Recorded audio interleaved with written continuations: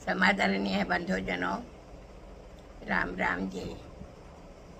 आज हम श्री विष्णु भगवान के अवतारों में से वार्ता आरंभ करते हैं। भगवान वामन के विषय में स्वागत है आपका। वामन जयंती। श्री विष्णु के 5वां अवतार वामन अवतार थे। पुराणों में इन्हें कश्यप और अदिति का पुत्र कहा गया है। इनका अवतरण भाद्रपद शुक्ल द्वादशी के दिन हुआ था। ज्ञातव्य है कि कश्यप और अदिति की संतानें दैत्य कहलाईं। हिरण्यकशिपु और हिरण्याक्ष से दैत्य वंश का विस्तार माना जाता है। हिरण्याक्ष का वध श्री विष्णु के वराह रूप धारण कर उनका उद्धार वराह रूप धारण कर किया तथा हिरण्यकशिपु का नरसिंह रूप धारण करके उन्हें हिरण्यकशिपु का पुत्र बाल्यकाल से ही भगवान विष्णु का भक्त था। उसने चिरकाल तक राज्य किया। बलि अपने पितामह की तरह विष्णु भक्त दैत्य थे।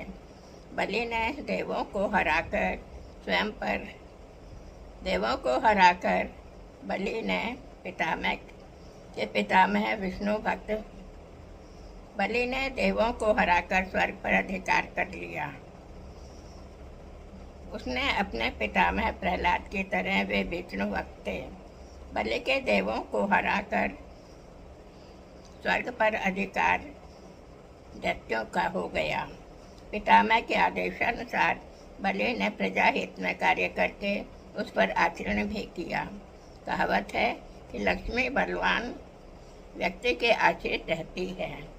राज्य तभी तक स्थिर रहता है जब तक राजकार्य से प्रजा संतुष्ट रहती है। इधर उधर भटकते हुए देवगण समस्या समाधान के लिए माता अदिति के पास गई। उन्हें कष्ट में देखकर माता अदिति और पिता महर्षि कश्यप से विचार विमर्श करने लगी। ऋषि बोले, देवों, हर समस्या का समाधान तप में रहता है। कश्यप और अदिति तपोलीन हो गए।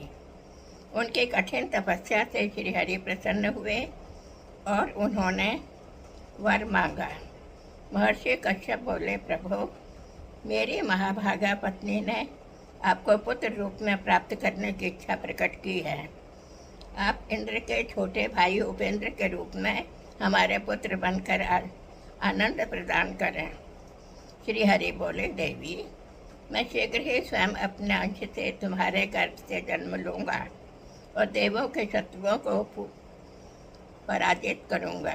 कालांतर में माता अदिति ने गर्भ धारण किया।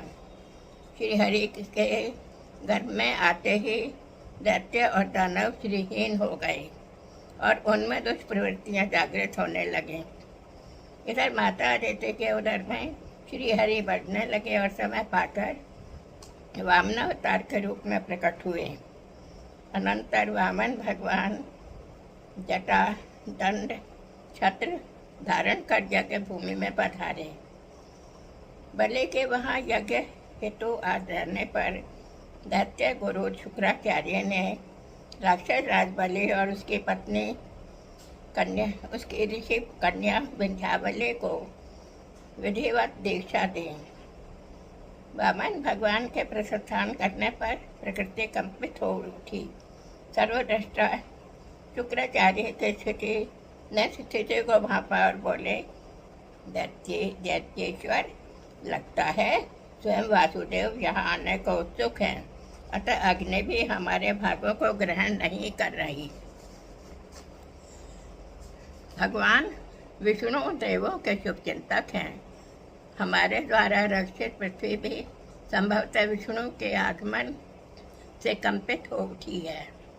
श्री हरि के आगमन की सूचना सुनकर बलि उत्साह से भर गया। उसने शुक्राचार्य मुनि से कहा, दैत्य गुरु, इस समय आप ही मेरे मार्गदर्शक हैं। कृपया बतलाइए, भगवान मुरारी के आने पर मैं उन्हें क्या भेंट करूं? मैं क्या करूं जिससे मेरा कल्याण हो? भूत और भविष्य के ज्ञाता शुक्राचार्य बोले, दैत्येश्वर, तुमने छोटे प्रतिपादित मार्ग के प्रतिकूल चलते हुए दैत्यों को यज्ञ भाग का भोक्ता बनाया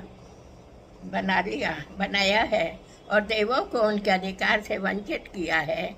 इसी कारण देवों के सहायक श्री हरि आ रहे हैं। तुम्हें जो करना है वह बता रहा हूँ। मेरी एक बात गांठ बांध लो कि तुम उन्हें तिनके के नोक के बराबर भी सुवर्ण अथवा पृथ्वी का दान नहीं दोगे। उनके याचक रूप में आने पर तुम यही कहना है, विभो, रसातल भुव स्वर्ग सहित लोग जिसके उदर में सदा निवास करते हैं, उन्हें कोई वस्तु देने भला कौन समर्थ हो सकता है। बलि ने कहा, त्रिभुवन पति, जनहित को मैं भला कैसे इनकार कर सकता हूँ। बलि बोले, मैं जानता हूँ कि मुझ में किसी भी दुर्गुण की अति हो जाएगी, उसी दिन रसातल में मैं चला जाऊँगा। मैंने पूर्वजों से यही शिक्षा ली है। अभी वे परस्पर विचार कर ही रहे थे कि वामन भगवान द्वार पर आ पधारे। यह सुन बलि अर्घ्य पात्र लेकर वामन देव के सम्मुख आई। अर्घ्य आदि से वामन भगवान की अर्चना की। यज्ञ में दैत्यराज बलि ने वामन अवतार की पुनः पुनः पूजा की और हाथ जोड़कर बोले, भगवान कहिए, आपके यहाँ आने का प्रयोजन क्या है? इस मुहूर्त पर मैं आपको क्या दूं? वामन भगवान हंसते हुए बोले, दैत्यराज, आप मेरे शरीर के परिमाण से 3 पग भूमि प्रदान करते हैं। वामन भगवान से बलि बोले, प्रभु, केवल 3 पग भूमि लेने से क्या लाभ? परंतु मैं यज्ञ वेदी पर हूँ, आप जो मांगेंगे वो दूंगा। मैं तो केवल 3 पग भूमि ही आपसे चाहता हूँ। वामन भगवान के ऐसा कहने पर बलि ने कमंडल से जल लिया और भगवान विष्णु के 3 पग भूमि का दान कर दिया। श्री हरि ने दिव्य रूप धारण किया और तीनों लोकों को नापने के लिए विशाल रूप बना लिया।